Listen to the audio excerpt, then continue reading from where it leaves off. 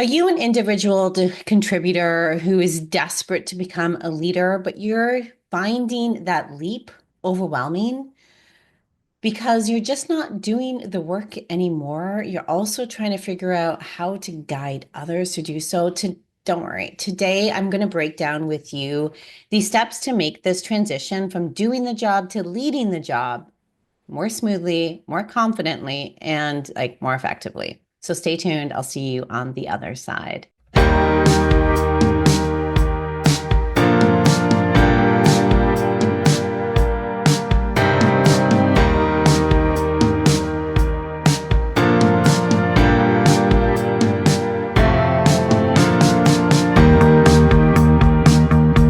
my name is Sara, and I am a certified career and leadership coach. And I help people like you get promoted or find their dream jobs. Sometimes our dream jobs is that next step on the career path where you work less, make more money, and finally feel happy, fulfilled, challenged doing work that you love. So, I want to talk about growing you into that leadership role that you so desperately want. So, if you want to do this, then I have lots of videos that will help. So hit that subscribe button so you do not miss them. But today, I really want to dive into the pieces, some of the specific pieces to transition or to make that leap from doing the job to leading the job.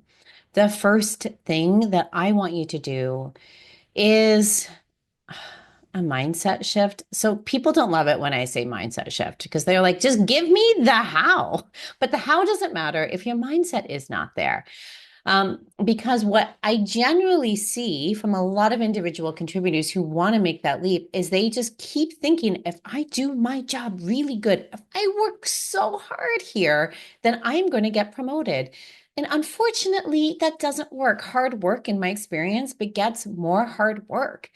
Sometimes, actually, if you're reporting into not the best leader, then they will hold you back because they don't want to lose you because they start to feel you're irreplaceable. So, the more irreplaceable you are in your position, sometimes the harder it is to get promoted. Now, that's not to say we like phone it in or anything like that, but the mindset shift that accompanies this is that we don't tie our value to that output anymore. Instead, we turn our value to allowing everyone alongside us to do their jobs really well, to succeed, to really build that collaboration and big picture thinking that you are just sort of one piece of the team. And that the more you help empower those around you, the easier it is for those leaders to see leadership qualities in you, not expertise qualities in you. So, shifting your mindset.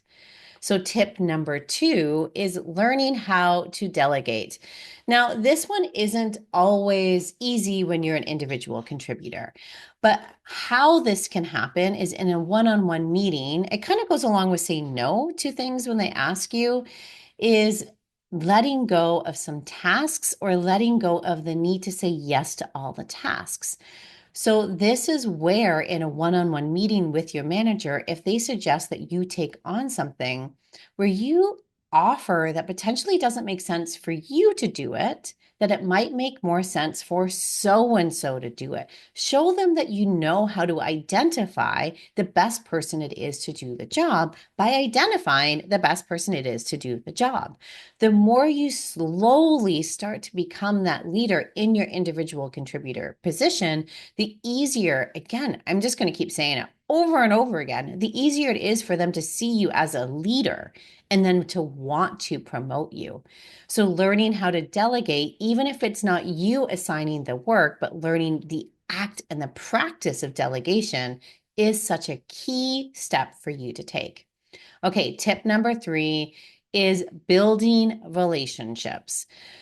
Now, your success growing your career depends on the team, the peers around you, your manager. Yes. It also depends on your relationships outside because the more outside your team, outside your business unit, because the higher you progress in the leadership hierarchy, the more exposure and impact you have across an organization. So the more relationships you have throughout the organization would obviously lean to making it easier to smooth that transition up that hierarchy, because more people would be advocating for you to understand how you work and to see how valuable you are. So building those relationships. Now, if you want help with that, I did recently talk about how to build an internal networking strategy. So make sure you go watch that video to create your own internal networking strategy so you can build your networking. You build relationships, not only within your current team, but outside of that as well. Tip number 4 is develop coaching skills. So the ability to not just tell people what to do. No, it's the ability to help them grow. This is like every executive leadership team really is focused these days on building high-performing employees, high-performing teams. And you don't build high-performing teams by telling people what to do, like by micromanaging them. You do it by enabling them to grow, empowering them, giving them that autonomy. And the way you are able to give them autonomy is to coach them. It's to ask questions, it's to offer guidance, it's to provide constructive feedback. It's really them coming to a challenge and you not telling them the answer or the solution. It's you coaching them on discovering that solution themselves, and then empowering them to solve it themselves. So tip number 5 on how to go from an individual contributor to a leader is to master time management, to master decision making, to master all like business strategic thinking. So really the core of this final tip is to build your confidence as a leader. So if you feel like a leader, your prioritization or your ability to prioritize tasks will become easier because you won't second guess yourself when it comes to time management activities. When you build your confidence, you trust yourself more, which means you will feel more confident in the decisions that you make. You won't need to ask for 50 people's input on whether or not a decision is the right one. When you build confidence in yourself as a leader, your ability to take a look at the little and the small things of a business and then see a path forward towards accomplishing a goal, it feels like you have a say in that, more control in that, versus it's everyone else's, like they're the ones doing it. You're just along for the ride. Now, when you're confident as a leader, you feel more in control, which allows you to kind of take that step back and really think about the strategy behind the things. So doing all of these things will really help accelerate your growth to become a leader, which is, I know, why you're here. So to recap, the 5 tips to transition from individual contributor into a leadership role is shifting your mindset. It's learning to delegate, even if you're not delegating. It's building relationships outside of your tiny little team. It's developing your coaching skills, and it's building your confidence so you can master time management, business strategy, and decision making.